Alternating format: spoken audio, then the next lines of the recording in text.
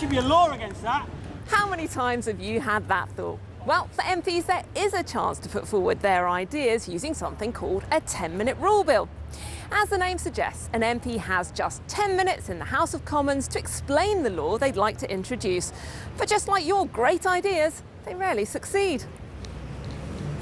And there's always the hope, however small, that your bill might just make it. Between 1983 and 2010, 12 10-minute rule bills made it into law.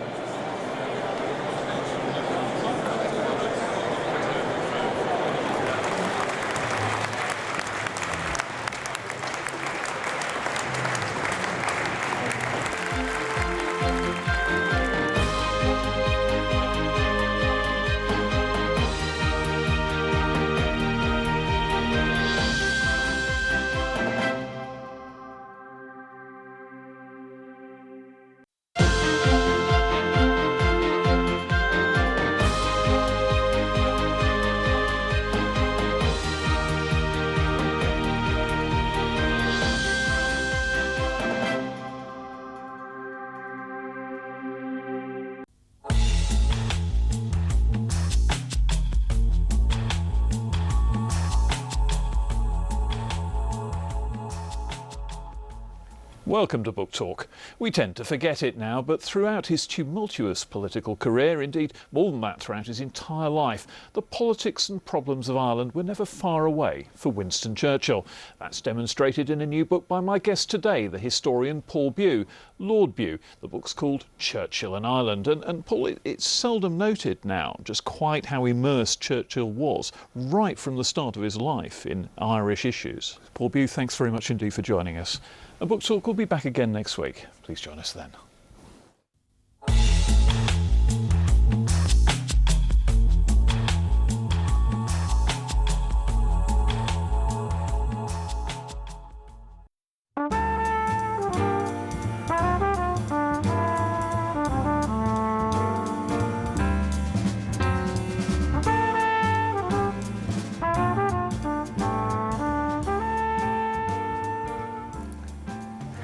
Hello and welcome to Conversations.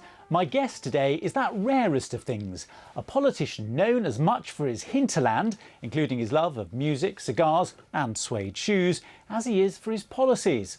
To some, he's the coolest cat in Westminster. But for others, he's still a Thatcherite bruiser, responsible for closing hospitals in the 1980s. An Observer once wrote of him, affable, contrary and utterly self-assured, he defies the laws of political physics with such insouciance that even those who disagree with him find him hard to dislike and impossible to ignore. While he's described himself as quite a complicated character. Well, let's try and understand a bit of the complicated character of the former Health Secretary, Education Secretary, Home Secretary, Chancellor, Lord Chancellor and repeated contender for the leadership of the Conservative Party, Kenneth Clarke. And do you think that the young Kenneth Clarke, is this the life that he would have wished for himself? Yes, it never disappointed me. I always wanted to go into politics, even from an age when I don't think I understood what that really meant. I took to the House of Commons like a duck to water. When I got there, it didn't disappoint me. Ministerial life didn't disappoint me. I mean, it was sort of battering, sort of bruising, sort of crisis-ridden, unpredictable process. But I look back, and the main reflection I make about my political life is just how lucky I've been all the way through it. Never became Prime Minister, but boy, did I have a rather varied experience in the things I did.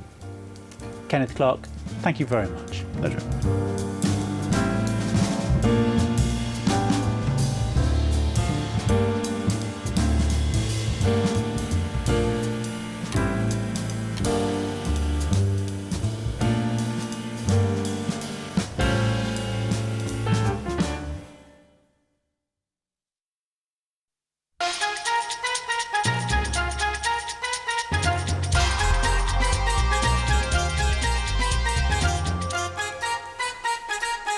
With which stakeholders is the government working in order to fulfil its commitment to explore pressure and coercion on women in relation to boy preference and its possible link with domestic violence?